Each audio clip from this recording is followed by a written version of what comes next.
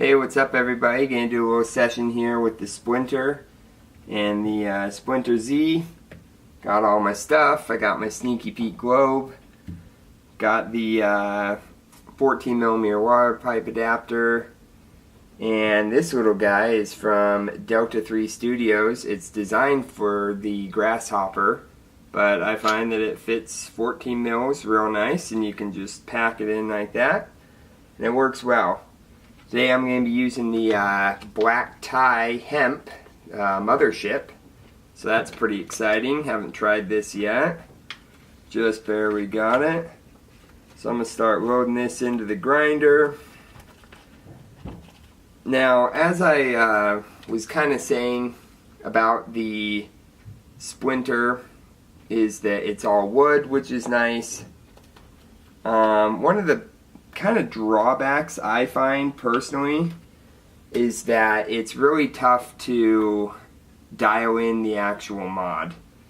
That's the biggest issue I think with these, is that, ooh, this smells great. A little pungent, little gas smell to it. This is going to be nice. A little skunk as well. It's just a little hard to dial it in, which is a bit of a drawback for me. I typically like vaporizers that you can just grab and it works. Not much fiddling.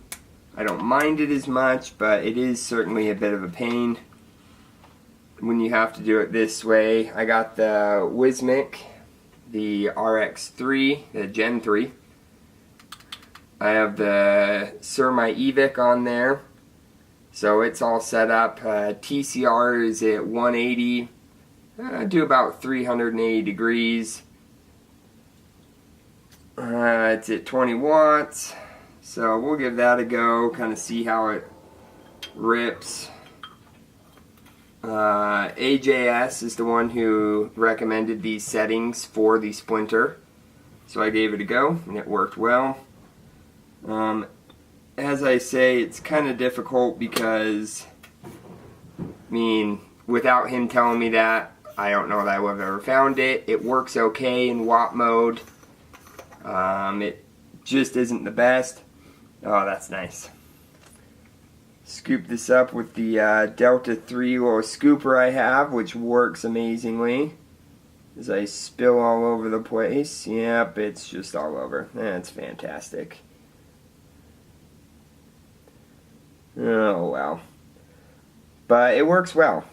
All in all, once you kind of get it dialed in, I do think that you need a mod that you can, either the Tubo software, the Evic, that has a cruise mode on it, basically meaning an auto fire that it just fires continuously. I don't find that 10 seconds is quite enough, so that's kind of a drawback. There are ways to do it that way.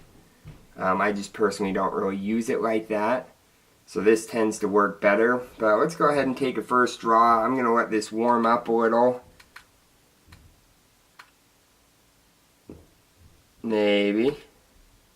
There we go. So you can see it goes into a continuous, mode where it just is constantly powered. Again, I like to use these, a globe or something like this to see the vapor being produced, kind of see what kind of hit I'm getting. It's just a little small joy I like. Let's give it a rip.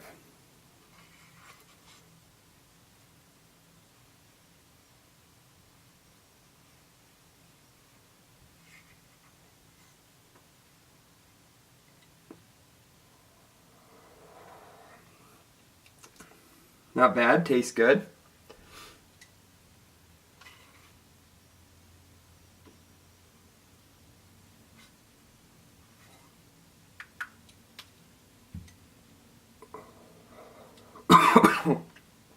Woo!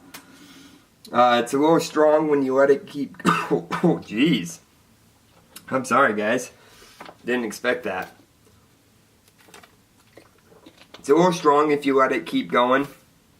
I would suggest, if you're going to run the TCR, to make sure that you turn it off after every after every hit. It's pretty fast heating. It needs only about maybe 8-second warm up, and you can start kind of a slow draw, and you can start seeing the vapor that it produces, which is nice.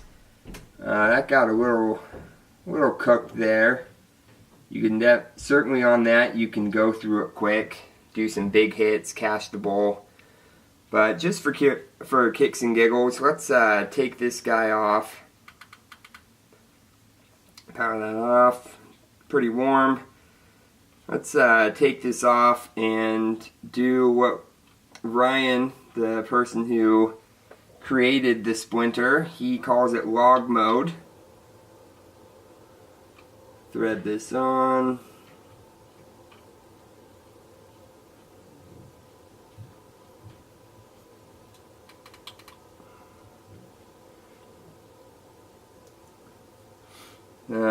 Set this to power, just watt mode. I'm going to go 18 watts again. I'm just going to let it kind of warm up for a second.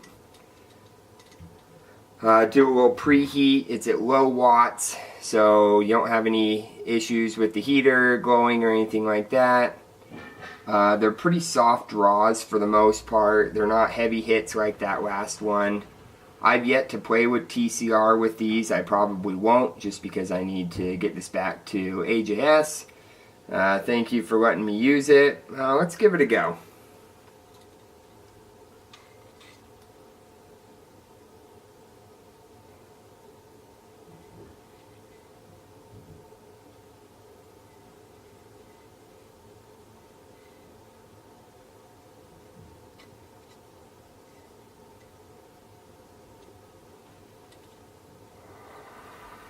Woo. Definitely hits pretty good. Definitely not as harsh as with the Splinter. The Splinter in that setting is definitely a ripper. You know, you rip it through water or something, or you want a real quick hit, something that'll catch the bowl. Definitely getting a little dark. Probably won't be able to see that very well, but that's about spent. But all in all, they work great.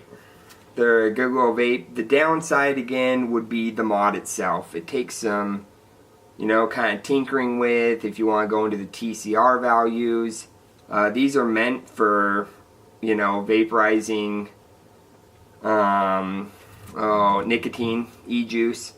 So they're not really quite set up for what I'm using it for and what people with 510 threaded mods or 510 threaded vaporizers are using it for. So it takes some tinkering. It'd be nice to see a company come out with a mod that's already set up, that's built for it.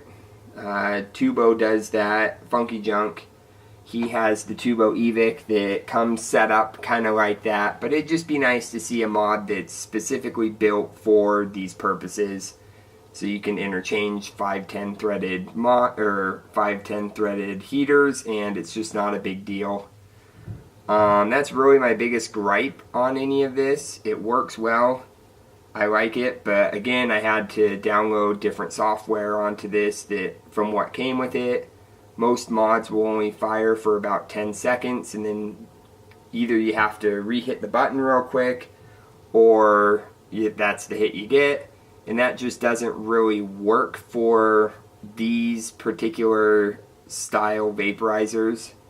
It's kind of a band-aid, if you will. It works, but it could work better. But yeah, all in all, I like it. I like the black tie hemp. It's a good session, honestly. Thanks for everyone joining me. I'd like to do more and kind of talk more about vaporizers. But if you're interested in this, I'll have the links for the Splinter. And yeah, thanks for catching me on this vaporizer session.